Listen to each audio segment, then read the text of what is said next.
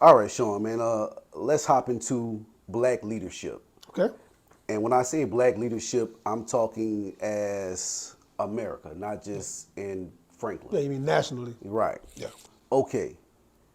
So off the rip, I already know this is going to be a very unpopular opinion. So this is my contention, not yours. Let's go ahead and say that. All right. Now, I believe, my opinion, my personal opinion is that the worst thing that could have ever happened to black Americans was the civil rights movement. Okay. And the reason why I feel that way is because whenever that movement came out, led by MLK, it taught and pretty much forced people to be docile, especially our black men. Okay. So instead of literally fighting back and trying to get the respect, we were fighting to drink out of the same water fountains. Well, go ahead. Keep going. Finish the thought. All right. Finish the thought. Sit at the same Yeah, go ahead. counters. So in actuality, we should have been still trying to build on our own. Like you guys would say, do for self. Like you had Black Wall Street. Yeah. You had other towns in Rosewood. Rosewood. A lot of places. Even Georgia. Yeah, Georgia, Jackson, Yeah, Mississippi. yeah. They had prominent black communities that was thriving. Memphis. It's another one. So instead of doing that, we got caught up in trying to be, quote unquote, be equal. But one of the greatest Americans that ever walked this earth, in my personal opinion, always said that other races aren't the yardstick of equality. We had that before our people were even enslaved and so forth, so forth. So what are your thoughts on what I just told you just now? I would first preface it by saying I don't believe in my understanding of the civil rights movement. I think it's a misconception that they was trying to like eat at somebody else's table and, you know, be at their job and get inside their neighborhood. That's really, really pushed in society. From my understanding, without understanding, read and studied, we wanted to have equal facilities at our places. I want to have our hotel as good as this hotel. I want to have the same supplies at our school as that school. So it wasn't really about fighting to get into that school. We want our school to have brand new books and the better roof and to fix the floors and have better supplies in the bathroom and things like that. It was about getting equal things over here, not about going over there. That wasn't the original thrust. See what I'm saying? Well, it most definitely came off that way because let's take Malcolm X, for example. Yep. He used to always say that it's a human rights problem, not a civil rights problem. Agreed. So one of the main reasons why he was pretty much assassinated because he was trying to take that to the higher courts. You know what I mean? Yes, he was. So that's why he pretty much got assassinated. So it wasn't civil rights. I think the fight was wrong. Now, did things come about from the civil rights movement that we benefited from? Sure. Yeah. I'm not saying that. Yeah. But like I said, it's my contention that we were fighting for the wrong thing. I would pose this to you too. What we're doing right now, what they call Monday morning quarterback, right? We wasn't there in real time. We're looking back on it saying, oh, you know, you could have made that pass. You could have ran to the right, to the left, right, all that. Right. In real time, it's different. I think that they were trying to do the best they could with what they had at that time. And we always thought, if we can just all get college degrees, we're going to be all right. And then we all did that. If we can just go on the job and just show them we're not buffoons, we're not ignorant, we're not this, we're not that, y'all going to finally let us be managers and supervisors and get better for our family. It's what they thought. If we can finally just be upstanding citizens in society, y'all are back off of us. That's what they thought. And so they made certain plays to make that happen. And then you get to the other side of it, you realize no matter what I do, like Jay-Z said, infamously, still a nigga. You know what I'm saying? The Jay-Z OJ thing that he did, you still a nigga. No matter how much money you make, how many degrees you get, no matter how much upper mobility you have, and you got all these titles and names and all that, to those other people in society, you're still a nigga. You're a nigga in the Benz, like they say, right? No matter what you driving and what you have. And they couldn't have known that on the front side. They went through all that and found out on the back side. The MLK said before he died, like, man, I think I just integrated my people into a burning house. That's what he said before everything went down. So he started realizing, I made the wrong play, right? If you're a coach on the team, you're a coach on the team, right? You're a coach on the team. We're gonna run this play. And they go and do it like, oh man, I was the wrong call. I should have did a running play instead of a pass play. You can't know before the play happened. MLK, they ran the play. Oh man, should have did a passing play. It's kind of like that it's kind of like a hindsight thing.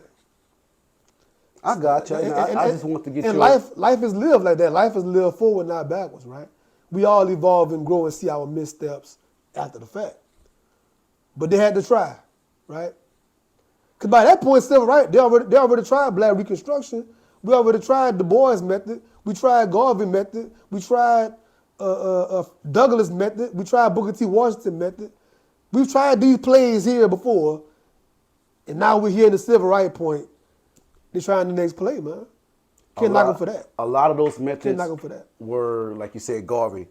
A lot of those methods were sabotaged. They actually kicked him out of the country when he first tried to do what he was trying to do. Yeah. So that's my point whenever when you said that, okay, he think that he led his people into a burning house. Yeah. We're talking about MLK. That's right. That's why I was trying to say, like, do for self. Why are we trying to still fight for civil rights? It should be a human rights issue. Yep. And let's build up our own communities. Yeah. But, that's a good one. I was just trying to get your thoughts on that. I speak on Black Wall Street a lot. I love that topic. They had 2 new books come out on Black Wall Street in the past couple months. I advise you to go out there and go and get them. But whenever my friends and I are talking private about, we got so many quote-unquote black billionaires right now, right, supposedly. Why we haven't made another Black Wall Street? At that time, Black Wall Street, they had complete buy-in. What do I mean? Why did the movie theater in Black Wall Street thrive? Why did the drugstore thrive? Why did the dentist and the barber in Black Wall Street thrive? Why did the bus line and the cab line thrive? You had no other choice. But now we feel like in today's society, we got all these choices. You don't have 100% buy-in on any black business, right?